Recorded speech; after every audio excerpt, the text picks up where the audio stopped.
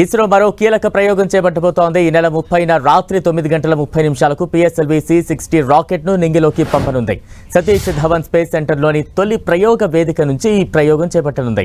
ఈ రాకెట్ ద్వారా 400 కిలోల బరువుతో రూపొందించిన స్పాడెక్స్ అనే అత్యాధునిక సాంకేతిక పరిజ్ఞానంతో రూపొందించిన జంట ఉపగ్రహాలను నిర్దిష్ట కక్షలో ప్రవేశపెట్టబోతోంది.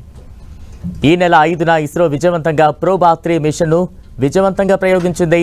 PSLV C-59 rocket European space ఏజెన్సీకి చెందిన ప్రోబా-3 ఉపగ్రహాలను నిర్దేశిత కక్షలోకి ప్రవేశపెట్టింది. ఈ విజయవంతమైన ప్రయోగం తర్వాత ఇస్రో ప్రస్తుతం పిఎస్ఎల్వి C-60 ప్రయోగానికి సిద్ధమైంది. ఇందుకోసం రాకెట్ అనుసంధానం పనులు పూర్తి చేసింది. పిఎస్ఎల్వి ఇంటిగ్రేషన్ ఫెసిలిటీ బిల్డింగ్ లో అనుసంధాన పనులు పూర్తి చేసుకున్న రాకెట్ ను SHAR director Arumugam Rajan green signal ఇచ్చి ప్రయోగ వేదిక వద్దనున్న మొబైల్ సర్వీస్ టవర్ కి తరలించే కార్యక్రమాన్ని ప్రారంభించారు. ఆ తర్వాత రాకెట్ MST వద్దకు చేర్చారు.